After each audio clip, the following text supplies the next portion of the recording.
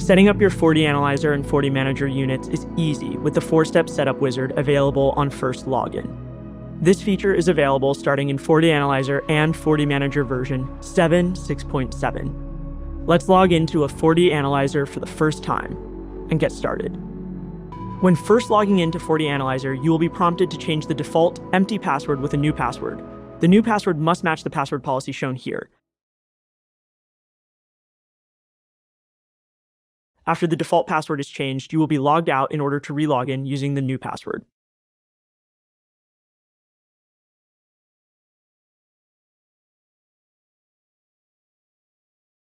After a successful login, you will see the new setup wizard with 4 steps to complete.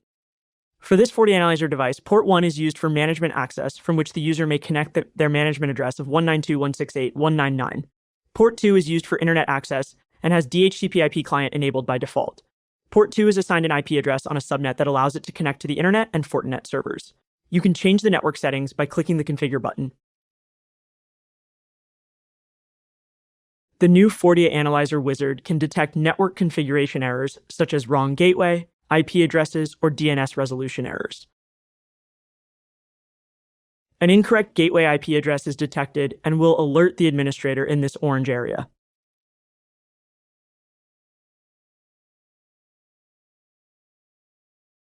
An incorrect DNS setting will fail to resolve host names and alert as well.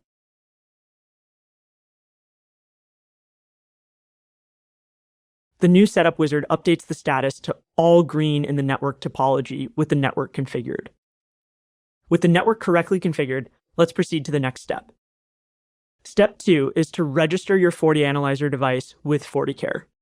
If this FortiAnalyzer is installed in an air-gapped environment, you can choose to manually import an entitlement file as downloaded from FortiCare directly. Or you can register online during this step. The FortiAnalyzer provides a 7-day grace period without registration. During this period, you may choose to skip this registration step, and if so, the GUI displays a warning with showing the time left before this FortiAnalyzer device must be registered.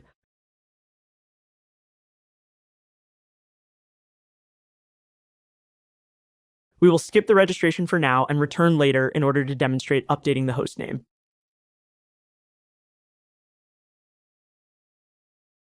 Moving on to step 3, the administrator may choose to use the system-generated default hostname or enter a new one.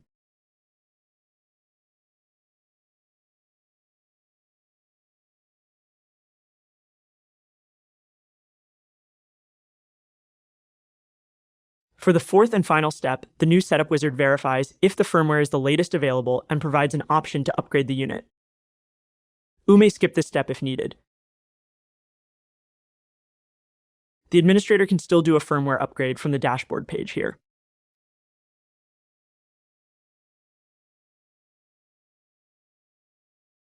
At this point, the setup wizard has completed. Let's return to the registration step.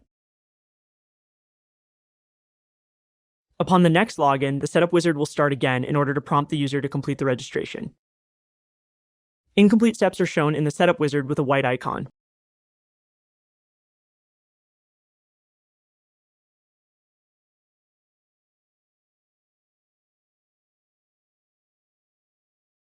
Once we complete the registration successfully, a registered OK message is displayed.